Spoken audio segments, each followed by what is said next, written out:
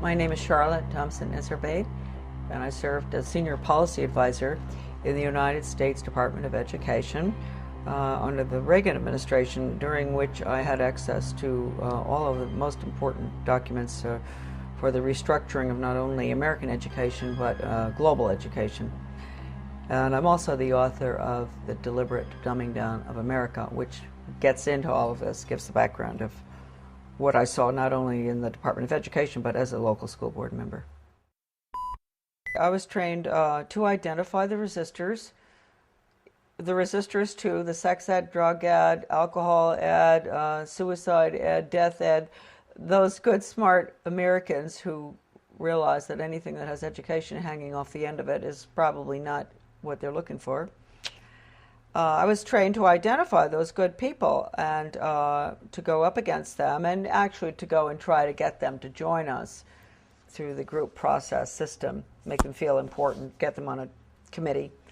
And when that just blew my mind. I have to say, people often ask me, what is it that got you involved in education? Well, finding out what I saw at the local level certainly upset me. When I went and I saw that Americans were being trained to identify resistors, then I got pretty upset. And luckily, there was a big book that came with the in-service training called Innovations in Education, A Change Agent's Guide. And I was able to take that back home with me.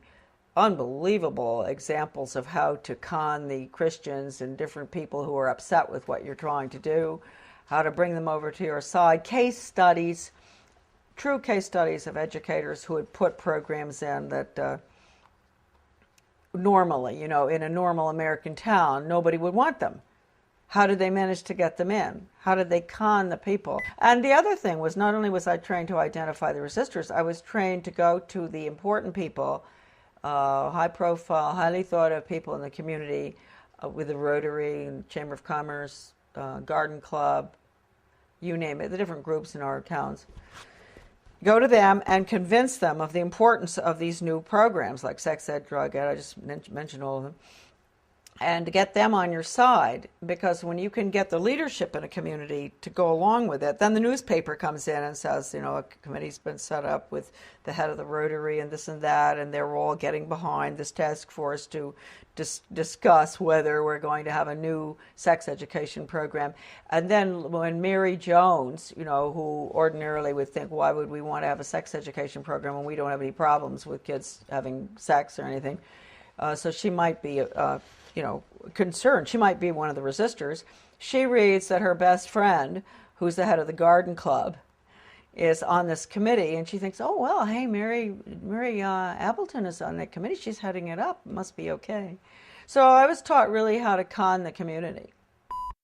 They always call everybody by the first name. You have to get very, affectionate with people, and you say, William, I'm so glad you've come to this meeting, and I understand your concerns about this program because, I've had other people. Usually it's the really bright people in the community who have these concerns. And would you like to join our group? The original program was funded by what would subsequently become my office. It was funded by the Office of Research in the U.S. Office of Education, because it was funded early on, about the late 60s. Still funded, by the way. And the money went to the University of Michigan in Ann Arbor to a professor by the name of Ronald Havelock. And he was the one that put together the whole training, the whole seminar, the book. And in the back of the book they admitted it. Right in the back of the book, they had about 100 major change agents listed from all over the country. Some of them I recognize, some I still don't, but some I do. And so this was a very important project. And it was being carried out I'm sure, all over the country, not just where I was. This was in Searsport, Maine, this lovely little town on the coast of Maine, in the school there where the guy came in, the facilitator, not Professor Havelock, but a facilitator, to train us. And these were good people that were there. They were some of the teachers from my school, where I was on the local school board, principals, etc. Normal-looking Americans. You really ask yourself, they must themselves have reacted very much the way I did. That's why I've always had a lot of understanding for teachers that have to go through this stuff. I didn't have to continue going through it. They've had to, through the years, constant training, retraining, sensitivity training, break their values.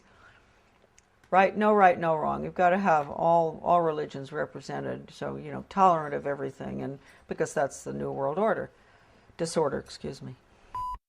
Professor Benjamin Bloom is probably the most important behavioral psychologist ever to live. I mean, maybe not quite as much as Pavlov and Skinner, but he really implemented the system in education in the United States. And he was the author of the Taxonomy of Educational Objectives. And I know that doesn't mean much to us. It means a lot to teachers. They know. All teachers have to go through that, Bloom's taxonomy. And just to give you an idea of how blatant they are, Benjamin Bloom said the purpose of education, and I often say this to parents, really, listen to this. You think the purpose of education is reading, writing, and arithmetic? The purpose of education is to change the thoughts, actions, and feelings of students. And then he goes on and he says, he defines good teaching, and this is even worse from the parental standpoint, as challenging the student's fixed beliefs. And then, in some of his works that I have, that are in my book, a lot of this stuff is in it. When he says challenge, does he mean challenge or does he mean change? Change their fixed? Yeah, through challenging. It's through challenging. You go up against them, and you change them. And you asked a good question, because then he goes on in one part of the taxonomy that is in my book. He says that he can take a student from here to there, from a belief in God or his country or whatever, to being an atheist and not believing in his country in 1 hour. Did he do that? Oh yeah, he does it. And I've seen it with students. I've seen it with young people. And they don't even know, and teachers don't even know. That's why if you talk to teachers about it often, they'll really have an awfully hard time dealing with it. And if you go up to a superintendent, an educational administrator, superintendent or whatever, and you ask him or her, have you ever been through sensitivity training? They'll usually crack up because they went through it. They're the worst, those programs. I've been through them. I mean, how can anything be worse than some of the ones that the regular classroom has? But they're the worst. What do they teach the children? To bring about change. They put them through role-playing, psychodrama, all these psychological techniques where they play the part of starving children, and the other one plays the part of a very wealthy industrialist child. And, they bring about the attitude and value change through the emotions.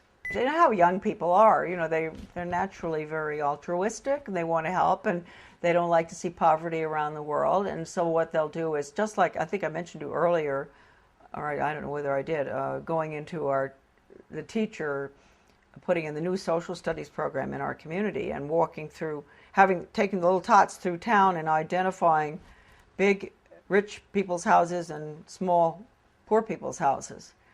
That's a perfect example of what I'm talking about. Getting them young and making them feel sorry for the people who live in the trailer across from the captain's house, because they only eat hot dogs, not steak.